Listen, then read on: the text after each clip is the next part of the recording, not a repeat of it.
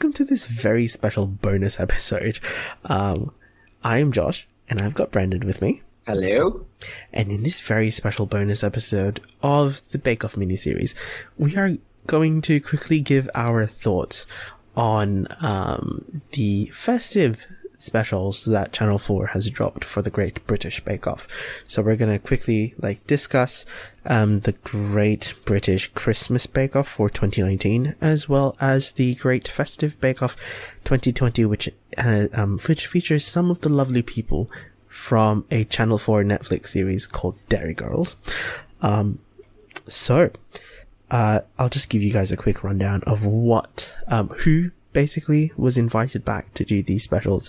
For the Christmas Bake Off 2019, we had Tom and Jan from Series 8, and then Terry and Bryony from Series 9. And for the Dairy Girl special, they had Saoirse, we had Dylan, Jamie Lee, Nicola, and Siobhan. So yeah, Brandon, what were your thoughts about both of these? I guess we'll start with the Christmas one, and then we'll move on to the New Year's Dairy Girl special. So the Christmas one, I really enjoyed that. Really loved how they did cake pops as the signature. Like, one thing I always really love about festive ones is, it's all just a bit of fun. So it's not always necessarily as, I guess, technically, I'm not saying they're easy, but they're not maybe as challenging as what you'd have in the actual show. But also, cake pops, I always think back to Miss Queen Huda from MasterChef. Unfortunately, that cake pops is how she got eliminated, but I still thought it was a really, really, really fun challenge. And I love Tom, and I love Yan was my favorite from Series 8. So it was really good to see all those faces again. And then Dairy Girls. If you have not seen Dairy Girls, you need to go onto Netflix and you need to binge watch it. It is probably one of the most binge-worthy TV shows I've seen for a while. There's 2 seasons at the moment. I've seen each one start to finish at least twice. So when they announced they were doing a Dairy Girls special for Bake Off, I was really excited. Really excited. It was a shame they didn't have Louisa Harland, who played one of my favourite characters on Dairy Girls, Orla, but as I've pointed out on Twitter, she was probably too busy doing her step aerobics. And if you don't know what I'm talking about, you need to go watch the show. I've just started binging Dairy Girls, and I understand a lot of what is going on. But yeah, I really enjoyed both of these specials. The Christmas one, we got to see some of the favorite people from season 8 and season 9, so that was wonderful. I hadn't watched British until season 9, so I had to rely on bits and pieces for other seasons. I'm really glad that they invited both Tom and Jan from Series 8. I think I have to find where's my Twitter thread about this? Did I tag it properly? What is happening? But yeah, I think I knew. Yeah, I think I figured out. Yeah, both of them are within the LGBTQ plus family. So that was really fun to see. And I think we might be foreshadowing, but good Lord, Tom, Jesus Christ. If people have not seen Tom's Instagram, maybe go take a look, and I think you'll see why. So those are basically my general thoughts about the Christmas special, but then also you've got the New Year's special, and that was I was hoping for chaos, and they delivered on the chaos. I'm fairly sure that's what my Twitter thread. I loved it. That's what my Twitter thread says. Is like, I wished for chaos and I got it, and good heavens, that was such a joy to watch. So they gave it a good crack though. So props to them. I will say yes, that's true. That is true.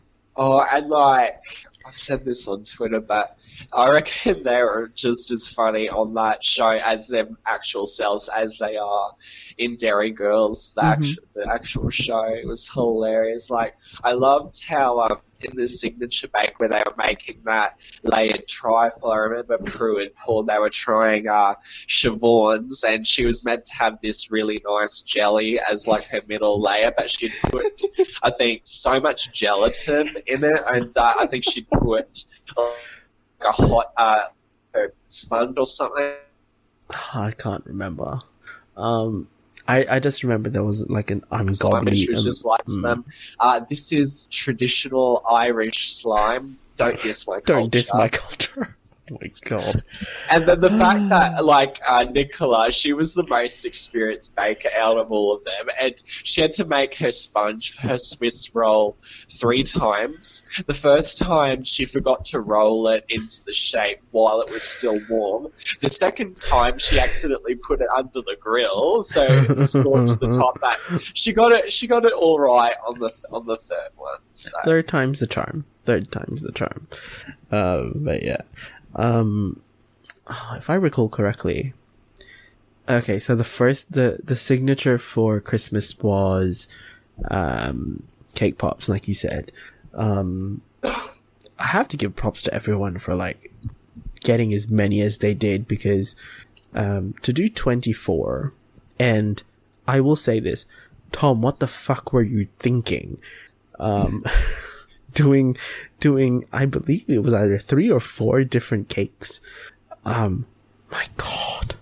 It's like that's just like a bomb waiting to happen. Yeah. Like that is a disaster waiting to happen. Because I think what made that challenge difficult is they had to make as many as they did in such a short amount of time. Not an easy thing to do, so really the smart thing, as the other 3 did, is just do one sponge and then just give it different flavorings with the frosting or whatever, rather than doing 4 different sponges, because that's 4 lots of baking and a lot more room for error, I think, in that instance. Yep, definitely. And as we saw, there were a couple that unfortunately didn't quite finish.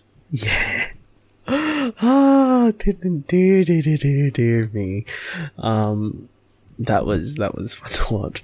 And I think what was the trifles from New Year's?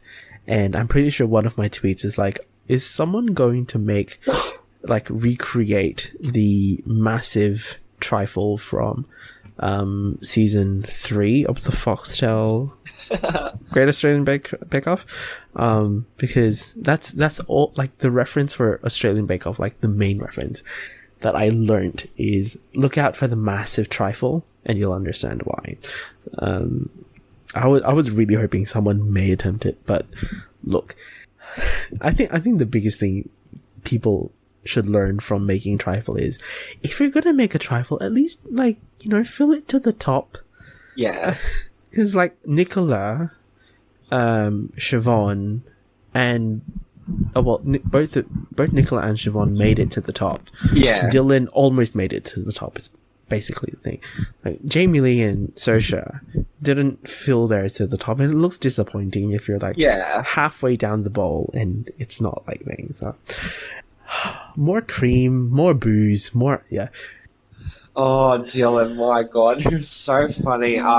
When they came up to him and they asked, tell us about your trifle. What kind of trifle are you making? And he was sort of stumbling over his words, and they were like, have you made this before? And he was like, yes, nope. with my mum. With my mum. Oh, bless him. Was it Jamie Lee or was it Saoirse who just kept saying trifle? When Paul and Prue were at their Oh, yeah, I think that And was she was Saoirse. like- She was talking about her layers, and she was like, there's trifle. Trifle, and then there's... Do you mean cake? Is that what you mean?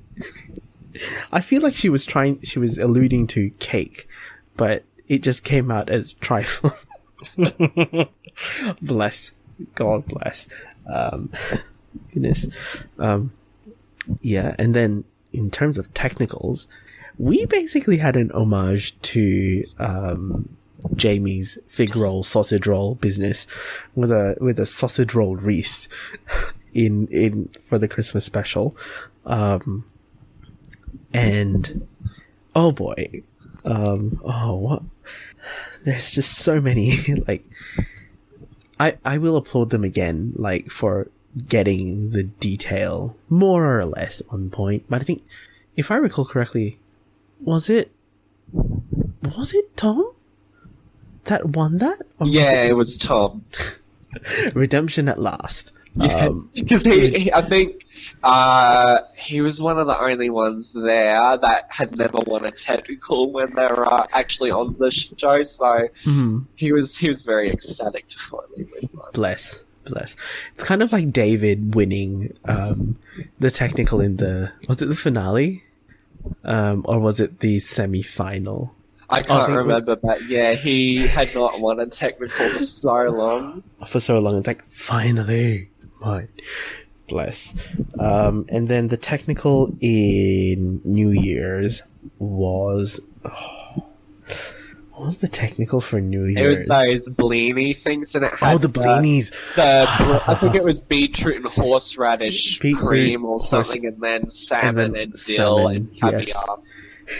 Oh, I thought it was so funny. Like they were all sort of discussing, do we fry them with oil or without? Without olive oil. Or with and it turned out oil. it was without oil. And I think it was so funny how Jamie was like, you don't need oil, it's a non-stick pan. Yeah. Oh, goodness me. And there was one bit where they were like, they had to make the cream cheese, the beetroot cream cheese, horseradish cream, and they were like, I'll just measure it with my heart. Just like garlic, you measure horseradish with your heart. Yeah. If you lemon yes, that's very true. And who won that technical? Siobhan. That's right. Sister Michael. Because I think she didn't expect to win. I'm pretty sure she didn't. It's like, I think because Nicola, and it was pretty established pretty early on, Nicola is a very strong baker. And because one of the reasons I think Nicola scored third was because she'd fried the blinis in the oil, which gave it a bit of an oily taste. That was one of the reasons, yeah. Yeah. Goodness me. And then we have the showstopper final. I think Christmas was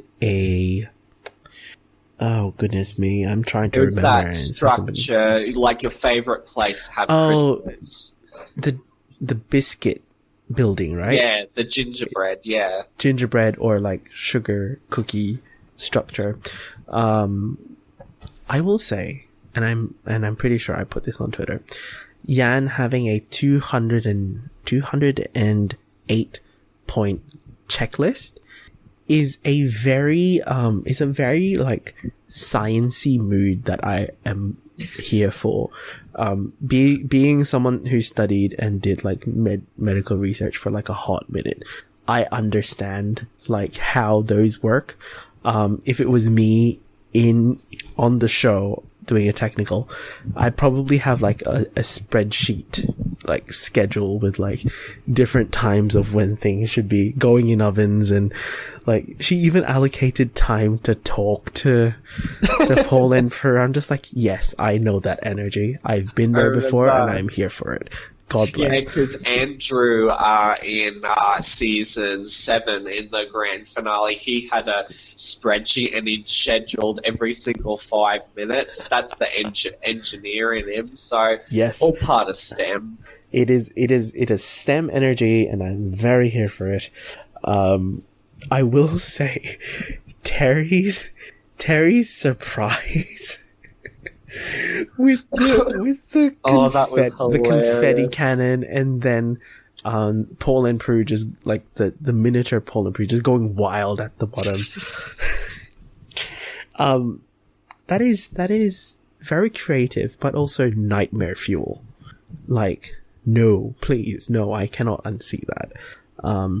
So, but everyone's on that, like, I like props to Tom and his sugar dome, because my god.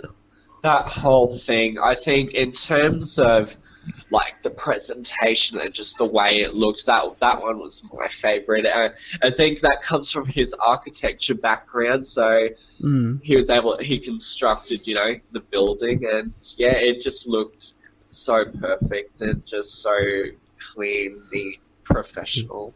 Yeah. But in the end, we had Bryony win, and I'm very happy for everyone. I am too. Because this was like a redemption arc for each one of them there. So any one of them, literally, I would have been happy with anyone winning. Yeah. But Bryony's way up there in terms of like. Because they said the best tasting one was Yan's, but yes, because she'd given herself so much to do, it just sort of unfortunately it didn't come together as well as it could have. Yeah, it's not as good as she had hoped, which is unfortunate. And I think some of the she did glass bricks, they looked pretty thick. On screen watching it, I was like, those could take your teeth out. But very she set the bar real high in terms of what she wanted to do. So what she presented is actually very impressive, and props to her for doing that. Yeah. And then we had in the New Year's special, we had a decade cake. Oh dear. There was a lot happening. This showstopper was chaotic energy central. Every single breaker brought chaotic energy. But I think, who brought the most chaotic energy, Brandon? Who would you say had the most chaotic energy? Sister Michael? Yeah, in a way, she was a bit dramatic. But she did well, considering. She did well, yes. She was, trying to do her cork back. Her family, yeah. Oh, and I remember she ran out of buttercream, so she had to make some more, and she didn't have time to put it on properly, so she just smeared it on her. But do you remember when she was gonna make that second batch of buttercream, and then Sandy turned up? Oh, and because she was, and then there was so much butter and so much icing sugar in the KitchenAid mixer that it started puffing out white dust. Yeah. And then they covered it with a kitchen towel. I'm just like, oh my god, this chaotic energy, I cannot. I think one of my tweets was, hang on, let me see what, I'm pretty sure one of my tweets about it was something along the lines of, are they making buttercream, or are they calling in a police a drug raid, because there's so much white dust going on. That was, oh goodness me. And then we had the tie-dye fondant that turned into a weird mauve color. Oh yes, Saoirse's peace symbol. Saoirse's love, peace. Honestly, if she had just done a Mons and Petra cake, she probably would have been set doing a Eurovision callback. But oh goodness me, and then Siobhan's reveal presentation, she just can't keep it together in terms of because she really wanted it to look nice. But to be honest, it looked okay. It was fine. Yeah. It was fine. It probably just didn't work out the way that she envisioned it. I loved the idea behind Jamie Lee's. Like, Jamie Lee is one of the only ones that's actually from Derry herself, and she'd done hers based on Amelia Earhart, because Amelia Earhart had to make an emergency landing or something in Derry, and it was just so funny because on the presentation and that, like, it looked like Amelia Earhart had been, like, decapitated and had blood spurting out, and the plane looked a bit of a mess. So Jamie Lee's explanation was, well, it crashed. Oh my god. Oh, goodness me. Goodness me. Jamie Lee's one was, like, funny. Like, genuinely, like, really. She's just funny in general. Bless. And then we had Dylan's combi van turn up, which looked like, on the outside, actually looked pretty good. In terms of presentation, he definitely redeemed himself. But then once you cut into the that lemon cake, mate, it's so, oh my god, very undercooked. Very undercooked, and I don't know if even if he had cooked it for however long it was meant to be in, I think it would have still turned out much like rubber, given the consistency like just of the what way, was inside. just the crumb, just the way it looked very dense and wouldn't be pleasant to eat texture-wise. Yeah. But I think, if I remember correctly, I just had another brainwave. Wasn't it also in Jamie Lee's? She said she got confused between a teaspoon and a tablespoon. Oh God! Raising agent. Soda. So the cake, when they were eating it, it actually burnt their mouth. Oh, very caustic. No. That is. Oh my God. Oh dear. What was? I should have taken at least some notes. Do you remember what Saoirse's cake was? Saoirse's was the peace and love one. I think it was the 60s themed one. It was the fruitcake one, right? She had lemon and blueberry. Yes. Yeah. Okay. And then Nicola had the 30s. The Welcome to Cabaret. Yeah, and she said, I remember she said, I'm going to disappoint Liza Minnelli. Let her down. Oh my goodness.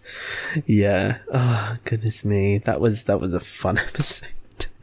Just to watch in general, just to experience.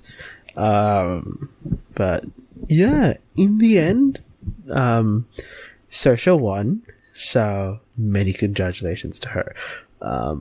Again, like, I think if it wasn't Saoirse, Siobhan or Nicola could have made it, but I think Siobhan may have had her cake in the showstopper tasted better. I think she would. I think she came first, right, in tech. Some of her cakes, I remember, in the showstopper, I think they tasted fine, but some were sort of overcooked and a bit dry.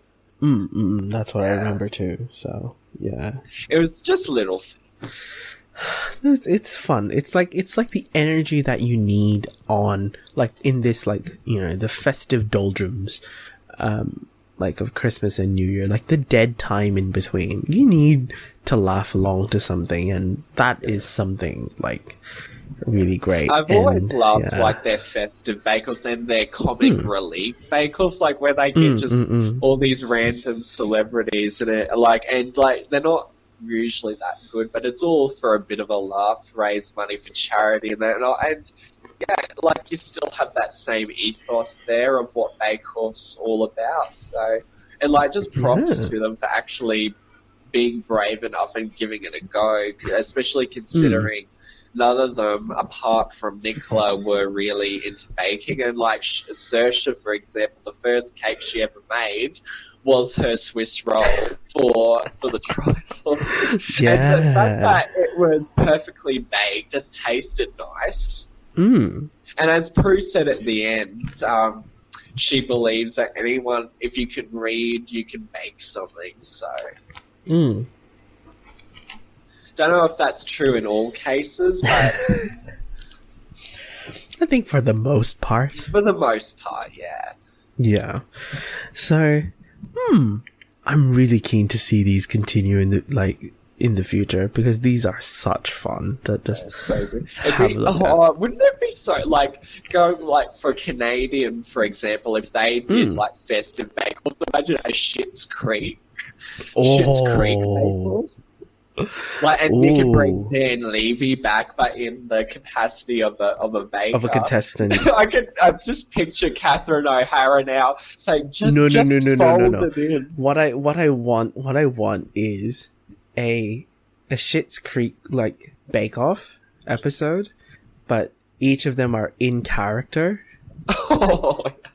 So we are gonna get genuine chaotic energy. Especially with Moira Rose. That would be good. Just fold it in.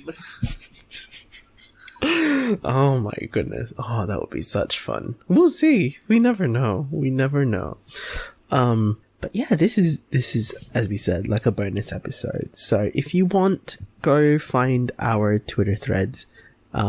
Brandon, what is your social handle? So yeah, Twitter and Instagram. So Sirius SERIUS_black96. Sweet. And if you want to come find my Twitter thread, I am Abangpinoy, ABANGPINOY. But that is going to be it for this very special Bake Off, GBBO Festive Bake Off specials. We're gonna see you on the next full episode with the Great Canadian Baking Show. So we'll see you then. Bye. Bye.